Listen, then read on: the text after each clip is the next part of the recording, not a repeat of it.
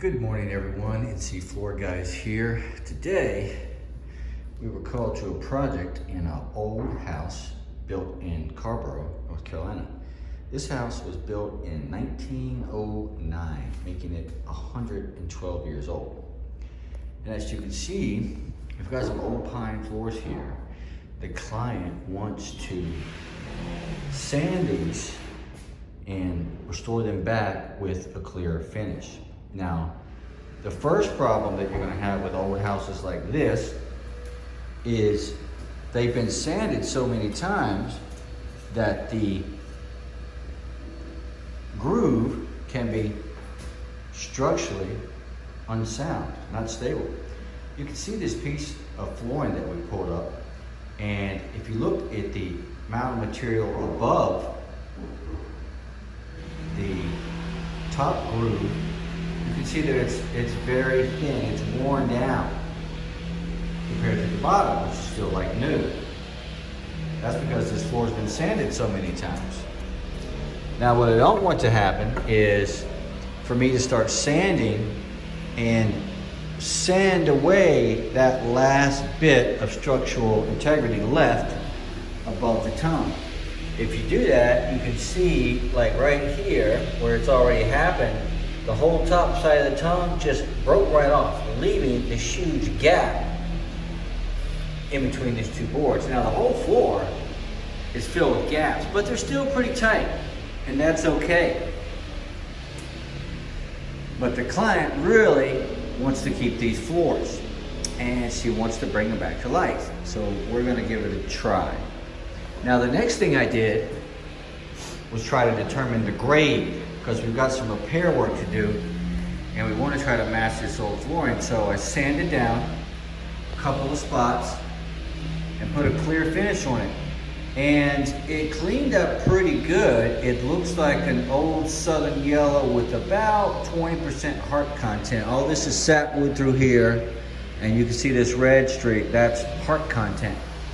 So we contacted Heartwood Pine Floors in Pittsboro, North Carolina. They specialize in reclaimed pine, and they had a grade of flooring called R.J. Reynolds, rustic. And we got some of that. And we had a repair area over here. We tore out some rotten boards and put down some of that R.J. Reynolds wood. And I think it's gonna be a good match when we put a clear finish on it. So we match the grade, and the next thing we're going to take a look at is this hearth. Now normally when we install a new floor, we'll put a mitered border around this hearth. Now I like this board right here, but I normally put in a 45 and picture frame this hearth all the way around. This hasn't been done, and you can see that it's deteriorating and breaking apart right here. So we need to do something to make it look nice around here, around the hearth. And we'll do that at the end, but that's something to take into consideration. Also, you want to watch out for exposed nails.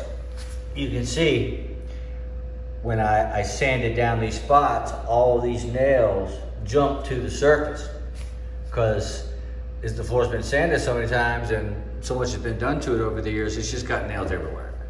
Here's some more nails right here. You know, they're just popping up everywhere. So first thing we're gonna do before we start sanding is go around and set all these nails down so it doesn't wreck my drum sander. And so what we're gonna do is sand this floor, but do it with a minimal amount of sanding without being too aggressive, because we're trying to preserve the structural integrity of the flooring without over sanding that top layer. So I think what I'm gonna do this time is start with a 50 grit, and that's it. Just do maybe 150 grit and then buff it out with 100 and see if that cleans it up. Let's get started. So the first thing we're gonna do is grab the drum sander. This is a Hummel. It's an awesome work machine. We're gonna put on a 50 grit belt and go ahead and give this a rough sand, and you'll see right as soon as we get started sanding I just start hitting nails all over the place. So I have to stop and grab a large nail punch and also a large screwdriver to set down these old nails and spend a few hours setting nails on this floor before we can try to drum sand again.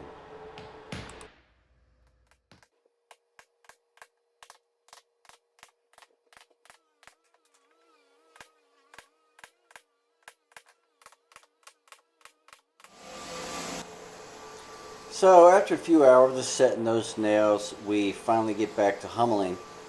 And the 50 grit actually cleans this up surprisingly well. What I'm going to do after this is go back at the end and just lightly skim it over with an 80 grit before we buff it out with the 100. I don't actually show that, but it looks very similar to this. You just use a higher grit. And I was totally pleased and surprised at the way that this old floor cleaned up just by taking your time and doing it row by row.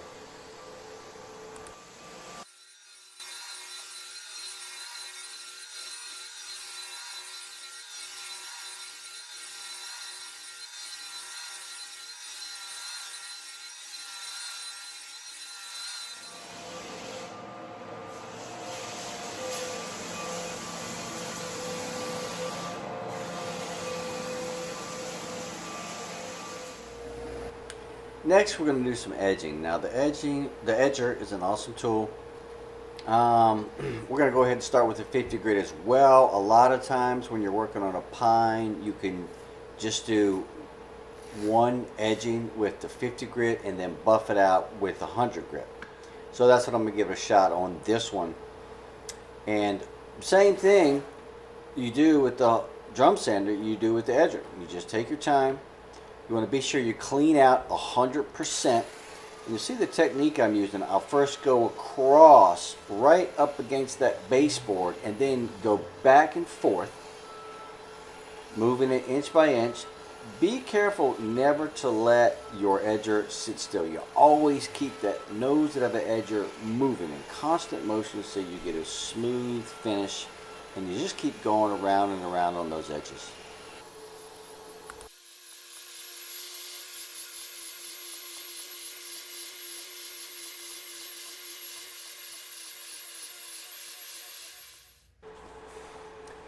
So after we've got the hummeling done, the drum sanding and the edging, you can see we've got quite a few of those top grooves that did in fact break off. So what we're going to do is mix up some heavy putty using some Titebond wood glue and sawdust from Hart Pine. Now we're going to mix this up nice and thick so we can spread it down into these deep cracks and it will stay there without settling down. And this will do several things. One, it will dry extremely hard, so it will be structurally durable, and it should blend right in. I've done this many times in the past and I know that it will blend in, and then when we do the final buff over top of it and finish it, all of these cracks that we filled up will blend right in. One of the problems with an old floor like this is it has so many cracks. You don't know where to stop and where to start and what to fill and what to leave off. So basically what I try to do is just fill the largest and the most offensive of these cracks. The client knows that the floor is not going to look brand new. It's just impossible. It just has too many character and too many cracks and too many nail holes. So they're okay with, that rustic charm that's going to be left. But you don't want to leave anything that can collect large amounts of dirt, or who knows, maybe bugs will crawl down in there and try to make a little nest.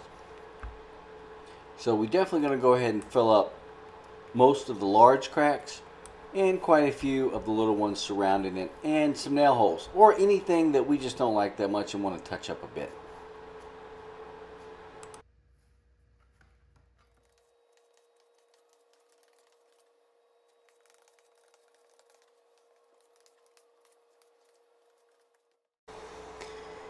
And after we finish with that, we buff everything out with 100 grit and put down 3 coats of a clear water-based urethane with a satin finish. You can see some of my other videos on more details on exactly how to take care of those. But overall, I feel like we saved this floor and the client was totally happy. Happy sanding!